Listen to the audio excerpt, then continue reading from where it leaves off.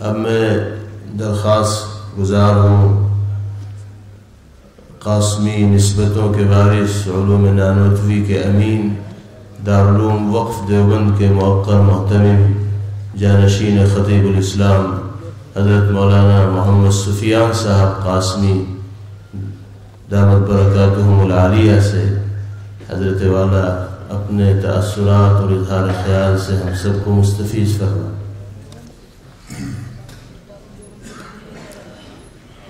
اعوذ باللہ من الشیطان الرجیم، بسم اللہ الرحمن الرحیم، الحمد للہ وکفی وسلام علی عبادہ الذین اصطفی، اما بعد۔ صدر گرامی قدر حضرت مولانا قاری محمد عثمان صاحب دامت برکاتہم عالیہ، مخدوم ملت حضرت مولانا سید ارشد مدنی صاحب دامت برکاتہم العالیہ، اور اس سیمینار کے روح رواں برادر مکرم جناب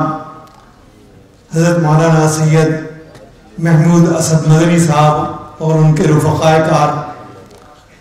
اصحاب علم و فضل اور علماء کرام اور پاکستان سے تشریف لائے ہوئے مہمانان مکرم، السلام علیکم ورحمۃ اللہ وبرکاتہ۔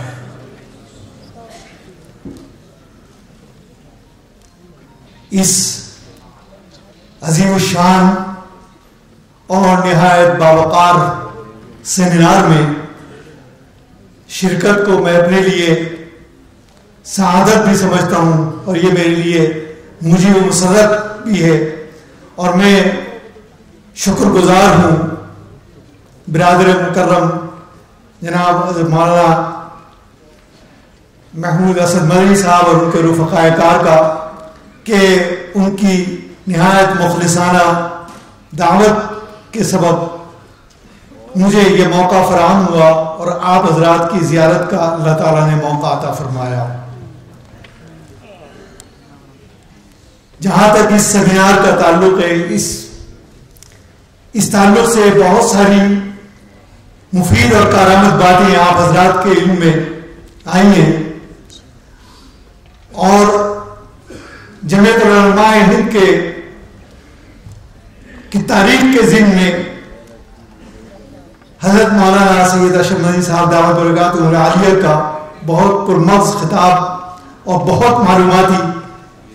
یعنی اگر میں یہ کہوں کہ بہت ساری باتیں وہ ہیں کہ جو میں پہلی مرتبہ سن رہا ہوں، یہ میری کمی ہے۔ بہرحال اس وقت مزید کوئی بات تو میں کیا کہوں، یہاں اصحاب علم و فضل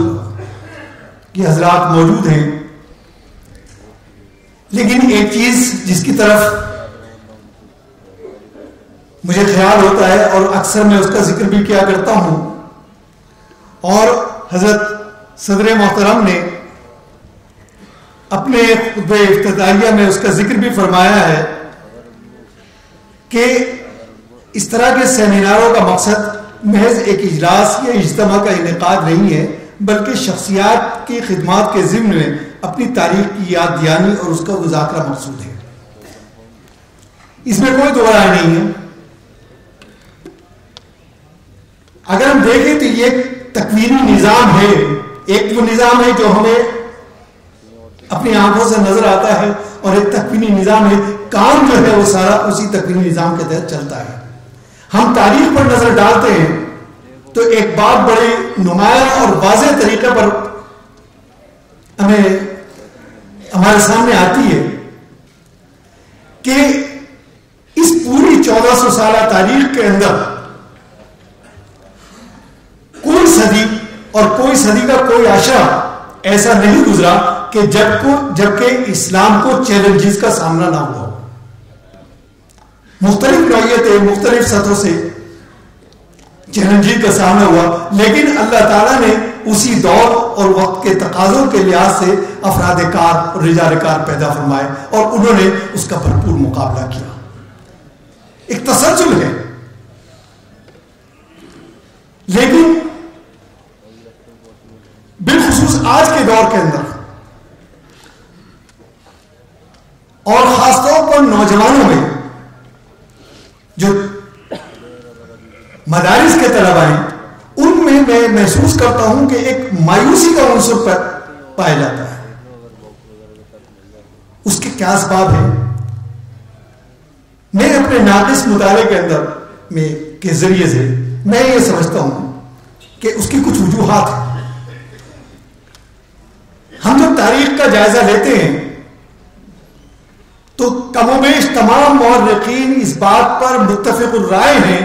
کہ اسلام کی 1400 سالہ تاریخ کے اندر سب سے زیادہ کٹھن اور سب سے زیادہ ہولناک وقت اگر اسلام پر گزرا ہے تو وہ تاتاریوں کی یورش و یلغار کا وقت تھا، جبکہ لاکھوں مسلمانوں کو تہہ تیب کر دیا گیا تھا. لیکن فرق ہے، اس قوم کے پاس کیونکہ کوئی پیغام کوئی ایجنڈا نہیں تھا، اس لیے وہ مسلمانوں کے خاکستر میں دبی ہوئی وہ ان کی دینی اور اسلامی حمیت اور وہ تہذیبی وراثت جو تھی وہ 50-60 سالوں کے اندر دوبارہ واپس آ گئی. انہوں نے آنے کے بعد یہ نہیں دیکھا کہ آپ کے یہاں مدارس کے اندر کیا پڑھایا جا رہا ہے، فقہ کے اندر کیا پڑھایا جا رہا ہے، حدیث میں کیا پڑھایا جا رہا ہے، کیونکہ ان کے پاس کوئی ایجنڈا نہیں تھا. لیکن آج کا دور خاص طور پر وہ یہ ہے کہ جب آپ کا مراقبہ کیا جا رہا ہے، ہر چیز پر آپ کا پیچھا کیا جا رہا ہے، آپ کی تہذیب، آپ کا تمدن، آپ کی وراثت، آپ کی تاریخ، کون سی چیز ہے کہ جس پر نظر نہیں ہے. نوبت بڑی یا رسید کہ آپ کے گھروں کے اندر، باورچی خانوں کے اندر، آپ کے ہانڈیوں کے اندر کیا پک رہا ہے، وہ بھی جستجو کا ایک دائرہ ہے، ان کے دائرے. بے شک یہ سخت حالات ہے، میں سمجھتا ہوں کہ یہ اس سے زیادہ سخت حالات ہیں، لیکن مایوسی کی کوئی وجہ نہیں ہے. مایوسی کی وجہ یہ ہے کہ ہمارے طلبہ اپنے اکابر اور اپنے اسلاف کی تاریخ سے ناواقف ہے. ان کی عظیمت، ان کے حوصلہ، ان کی ہمتیں، ان کے کارنامے ان سے ناواقف ہے. اور اہل مدارس کی یہ ذمہ داری بنتی ہے کہ وہ ان اکابر کی تاریخ سے، ان کے کارناموں سے ان کو وقتاً فوقتاً آگاہ کرتے رہے، واقف کراتے رہے، جس سے ایک حوصلہ ملے گا، ایک ہمت ملے گی. اور الحمدللہ یہ کام جمعیت العلماء ہند کے اسٹیج سے آج سے نہیں، بہت پہلے سے ہو رہا. اور یہ بہت مستحسن قدم ہے کہ اس طرح کے سیمیناروں کا انعقاد ایک پروگرام کے تحت کیا جا رہا ہے کہ وہ شخصیات کہ جو تاریخ میں روپوش ہو گئی زمانے کے بوجھ کی وجہ سے، ان کے کارنامے سامنے آئے، اس سے ایک حوصلہ ملے گا، ایک ہمت ملے گی.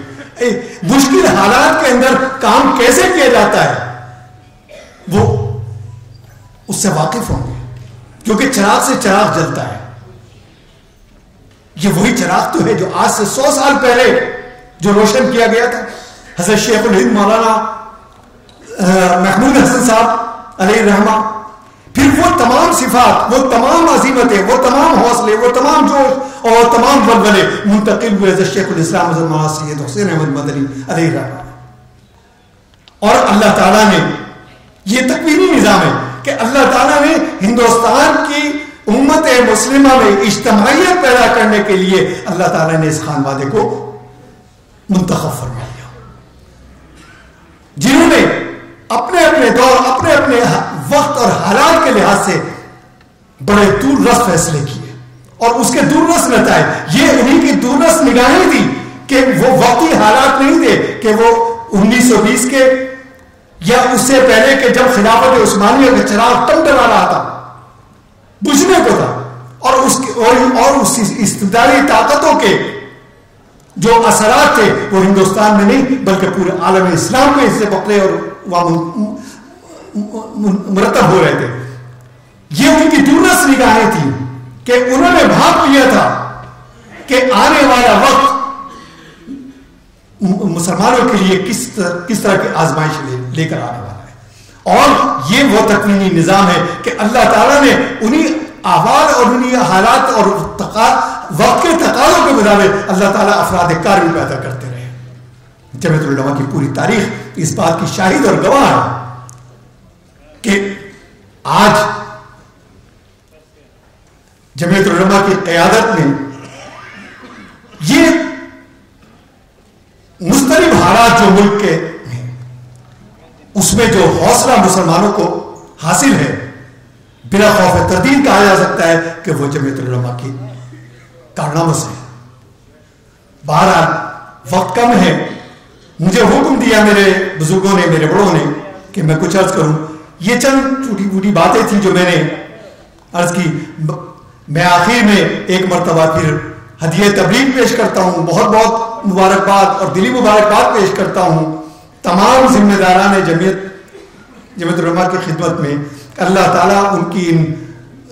خدمات کو اور ان کوششوں کو برابر فرمائیں اور اس کو امت کے لیے نافع بنائیں. وآخر دعوانا ان الحمد للہ رب العالمین.